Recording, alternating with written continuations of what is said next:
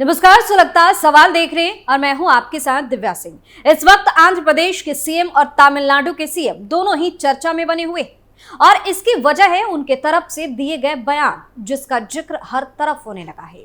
आंध्र प्रदेश के मुख्यमंत्री चंद्रबाबू नायडू ने फिर एक बार ज्यादा बच्चे पैदा करने की मांग उठाई है, तो वहीं तमिलनाडु के मुख्यमंत्री एमके स्टालिन का बड़ा ही अजीबोगरीब बयान चर्चा में आया है, जिसको सुनकर हर कोई हैरान रह गया है। स्टालिन ने नवविवाहितों से ऐसी बात कही है जिसको जानने के बाद आप भी सोच में पड़ जाएंगे। इस समय दोनों ही सीएम के बयान सुर्खियों में बने हुए हैं, लेकिन चंद्रबाबू नायडू और एमके स्टालिन के बयान पर तमाम तरह के सवाल सुलग रहे हैं। अचानक आबादी बढ़ाने की चर्चा तेज क्यों?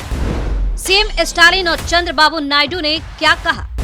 नई पॉलिसी से एनडीए में खींचतान के आसार कैसे? चंद्रबाबू नायडू नई पॉपुलेशन पॉलिसी में क्या? इन सवालों ने सियासी पारा हाई कर दिया है, क्योंकि आंध्र प्रदेश के मुख्यमंत्री और तेलुगु देशम पार्टी के प्रमुख एन चंद्रबाबू नायडू ने दक्षिणी राज्यों में परिवारों से अधिक बच्चे पैदा करने का आग्रह किया। उन्होंने इसके लिए उम्रदराज लोगों की बढ़ती आबादी के जोखिम का हवाला भी दिया। नायडू ने राज्य में उम्रदराज लोगों की बढ़ती आबादी को देखते हुए युवा लोगों को अधिक बच्चे पैदा करने की सलाह दे डाली। इतना ही नहीं, चंद्रबाबू नायडू ने कहा कि राज्य सरकार अपने जनसंख्या प्रबंधन प्रयासों के हिस्से के रूप में बड़े परिवारों को प्रोत्साहित करने के मकसद से नए कानून पर विचार कर रही है। उन्होंने कहा कि राज्य सरकार तक ऐसा कानून लाने के बारे में सोच रही है जो केवल 2 से अधिक बच्चों के साथ स्थानीय निकाय चुनाव लड़ने के लिए पात्र होगा। उन्होंने कहा कि परिवारों को बढ़ावा देकर डेमोग्राफिक असंतुलन की समस्या से निपटा जा सकता है। कैसे परिवारों को लाभ पहुंचाने की तैयारी में सरकार? यह स्वीकार करते हुए कि राज्य ने पहले एक कानून लागू किया था जो 2 से अधिक बच्चों वाले परिवार को स्थानीय चुनाव में लड़ने वाले व्यक्तियों पर लागू होता था, तेलुगु देशम पार्टी प्रमुख ने कहा कि उस कानून को निरस्त कर दिया गया है। उन्होंने कहा कि हम अब इसे उलटने पर विचार कर रहे हैं। सरकार अधिक बच्चों वाले परिवारों को अधिक लाभ प्रदान कर सकती है। जनसंख्या की चुनौतियों पर जोर डालते हुए नायडू ने दक्षिणी राज्यों में फर्टिलिटी दर में गिरावट की ओर इशारा भी किया। यह दर 2.1 के राष्ट्रीय औसत से नीचे 1.6 तक गिर गया है। नायडू ने चेतावनी दी, हालांकि हमें 2047 तक एक जनसंख्या की लाभ है, लेकिन उम्र दराज लोगों की बढ़ती आबादी के संकेत पहले से ही आंध्र प्रदेश सहित दक्षिणी भारत के दूसरे राज्यों में दिखाई दे रहे हैं। दक्षिण भारत में यह समस्या इसलिए भी विकराल हो रही है क्योंकि युवा लोग देश के दूसरे हिस्सों में या फिर विदेश चले जाते हैं। इतना ही नहीं, उन्होंने कहा कि जापान, चीन और यूरोप के कुछ हिस्से जैसे देश पहले से ही एक बड़े बुजुर्ग आबादी के बोझ से जूझ रहा है। अगर जन्म दर में गिरावट जारी रहती है तो एक ऐसी खतरनाक स्थिति भारत को भी प्रभावित कर सकती है। उन्होंने कहा कि आंध्र और देश के अन्य हिस्सों में कई गांवों में केवल बुजुर्ग लोग ही बने हुए हैं। युवा आबादी शहरों में चली गई है। हालांकि ये पहली बार नहीं है जब एन चंद्रबाबू नायडू ने परिवार नियोजन नीतियों में बदलाव के लिए कहा हो। आंध्र के सीएम के रूप में अपने पिछले कार्यकाल के दौरान भी उन्होंने 2 से अधिक बच्चों को रखने के इच्छुक जोड़ों को प्रोत्साहन दिया था। तब उन्होंने चेतावनी देते हुए कहा था कि वे 21वीं सदी के मध्य तक अधिक बुजुर्ग नागरिकों और कम कामकाजी हाथों के साथ राज्य से नहीं बन सकता है। ऐसे में ग्रामीण क्षेत्रों में आम जनजीवन और विकास पर बुरा असर भी पड़ सकता है।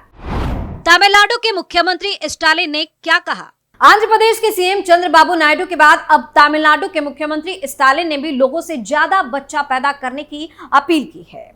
सीएम स्टालिन ने कहा कि अब समय आ गया है कि नवविवाहित जोड़े 16 बच्चे पैदा करें। चेन्नई में हिंदू धार्मिक और बंदोबस्ती बोर्ड द्वारा आयोजित एक कार्यक्रम के दौरान सीएम ने यह बयान दिया।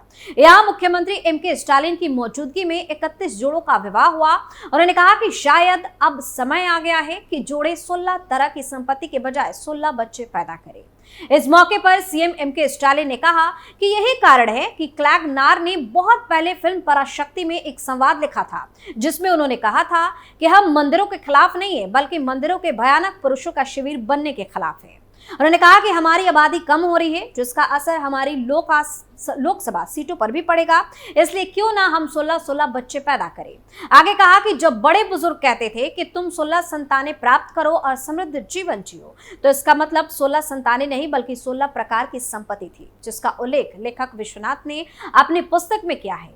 लेकिन अब कोई भी आपको 16 प्रकार की संपत्ति प्राप्त करने का आशीर्वाद नहीं दे रहा है, बल्कि केवल पर्याप्त संतान होने और समृद्ध जीवन जीने का आशीर्वाद ही दे रहा है। वहीं साउथ के 2 सीएम के बयानों से राष्ट्रीय राजनीति में नॉर्थ बनाम साउथ की बहस ने भी जोर पकड़ लिया है। नॉर्थ बनाम साउथ की बहस क्यों? जनसंख्या को लेकर जिन दो मुख्यमंत्रियों के बयान आए हैं, उनमें से एक चंद्रबाबू नायडू एनडीए में है तो दूसरे स्टालिन इंडिया ब्लॉक में। दो विरोधी गठबंधनों में शामिल क्षेत्र पार्टियों के अगवा पॉपुलेशन पॉलिसी के मुद्दे पर एक राय रखते नजर आ रहे हैं।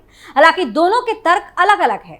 चंद्रबाबू नायडू ने आंध्र प्रदेश के गांवों में बढ़ती बुजुर्ग आबादी और युवाओं के शहरों की ओर पलायन से उत्पन्न हुई स्थिति का जिक्र करते हुए कहा है कि ऐसा ही रहा तो 2047 तक गंभीर समस्या उत्पन्न हो जाएगी।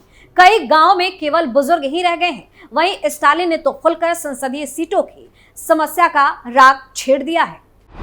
किस रीजन में कितनी लोकसभा सीटें? नॉर्थ की बात करें तो हिंदी पट्टी में ही लोकसभा की कुल 225 सीटें हैं। हिंदी पट्टी में 80 सीटों वाले उत्तर प्रदेश और 5 सीटों वाले उत्तराखंड के साथ ही 40 सीटों वाला बिहार, 14 सीटों वाला झारखंड, 29 सीटों वाला मध्य प्रदेश, 11 सीटों वाला छत्तीसगढ़, 25 सीटों वाला राजस्थान, 10 सीटों वाला हरियाणा, 4 सीटों वाला हिमाचल प्रदेश और 7 सीटों वाला केंद्र शासित प्रदेश भी शामिल है। वहीं दक्षिण भारत की बात करें तो इसमें 5 राज्य आंध्र प्रदेश, तेलंगाना, कर्नाटक, तमिलनाडु और केरल के साथ ही केंद्र शासित प्रदेश पुडुचेरी भी आता है। आंध्र प्रदेश में लोकसभा की 25, तेलंगाना में 17, कर्नाटक में 28, तमिलनाडु में 39, केरल में 20 और केंद्र शासित प्रदेश पुडुचेरी में 1 लोकसभा सीट है। जनसंख्या का सीटों से क्या नाता? चंद्रबाबू नायडू ने जब नई जनसंख्या नीति की बात करते हुए आंध्र की नहीं पूरे साउथ में जनसंख्या बढ़ाने पर जोर देते हुए लोगों का आह्वान किया तो चर्चा लोकसभा सीटों और परिसीमन की होने लगी थी। स्टालिन ने खुलकर सीटों की संख्या का जिक्र कर इस बहस को और हवा दे दी है। अब सवाल है कि जनसंख्या का सीटों से क्या नाता है? दरअसल इसके पीछे वह मानक है जिसके मुताबिक 10 लाख आबादी पर एक सांसद का प्रावधान है। जनसंख्या के अनुपात में सीटों का प्रावधान है और इसके लिए परिसीमन के जरिए सीटों की संख्या बढ़ाई जाती है। लोकसभा की वर्तमान स्ट्रेंथ 545 सदस्यों की है जो 1971 की जनगणना पर आधारित है। 1951 की जनगणना के मुताबिक देश की आबादी 36 करोड़ थी और 1971 की जनगणना में 50 के पार 55 करोड़ तक पहुंच गई। तब सरकार ने जनसंख्या नियंत्रण के लिए कदम उठाने शुरू किए। दक्षिण के राज्यों ने जागरूकता का परिचय देते हुए अपने यहाँ जनसंख्या नियंत्रण के लिए तमाम कदम उठाए और सफल भी रहे। लेकिन इसके उलट उत्तर भारत के राज्यों में जनसंख्या वृद्धि की रफ्तार जारी रही। साउथ के राज्यों ने जनसंख्या के आधार पर सीट बढ़ाने के प्रावधान किया और परिसीमन पर पहले सन 2000 और फिर 2026 तक के लिए रोक लगा दी गई थी। इस फॉर्मूले से सीटों में कहां होंगे आंध्र, तमिलनाडु? इसके उलट हिंदी पट्टी के राज्यों में बिहार की बात करें तो सीटों की संख्या 40 से बढ़कर 131 पहुंच जाएगी। 19 करोड़ आबादी वाले यूपी में सीटें 80 से बढ़कर 131 पहुंच जाएगी। संसद में दक्षिण भारत के मुकाबले उत्तर भारत की सीटें अधिक बढ़ जाएंगी। दक्षिण की पार्टियों की चिंता यही है कि उत्तर भारत में बीजेपी मजबूत है और कहीं वह नॉर्थ की पॉलिटिक्स को ध्यान में रखकर सीटें बढ़ाने का फैसला न कर ले।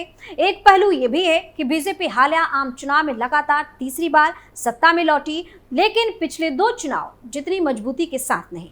वहीं बीजेपी की अगुवाई वाली केंद्र की एनडीए सरकार में चंद्रबाबू नायडू भी अहम घटक है।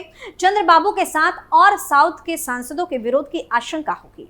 साथ ही साउथ की पार्टियों की रणनीति सन 2000 की तरह फिलहाल सरकार पर दबाव बनाकर कम से कम 20 साल के लिए सीटें बढ़ाने पर रोक एक्सटेंड कराने की हो सकती है। लेकिन हर बार दबाव की ये रणनीति कारगर हो ये जरूरी तो नहीं।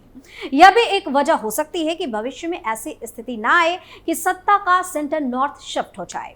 इससे बचने के लिए रणनीति के तहत साउथ की पार्टियां अब जनसंख्या बढ़ाने पर जोर दे रही हैं। लेकिन इन सब के बीच जिस तरह से 2 सीएम का बयान सामने आया है उसके बाद से लगातार सोशल मीडिया पर यह चर्चा का विषय बना हुआ है और यूजर्स कई तरह के कमेंट भी कर रहे हैं। किसी यूजर्स ने तो ये कह दिया है कि इन दोनों सीएम का दिमाग खसक गया है, क्योंकि जहां एक तरफ जनसंख्या नियंत्रण की बात चल रही है वहीं दूसरी तरफ ये लोग जनसंख्या बढ़ाने का ऐलान कर रहे हैं।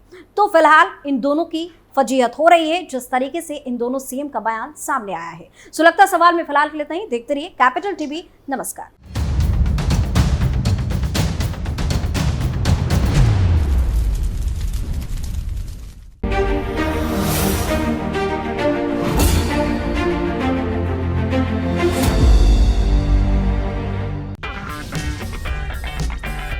अगर आपको हमारा वीडियो पसंद आया हो तो इसे लाइक करें, हमारे चैनल को सब्सक्राइब करें और हाँ, बेल आइकन दबाना ना भूलें ताकि आप तक हमारे वीडियो की नोटिफिकेशन पहुंचती रहे।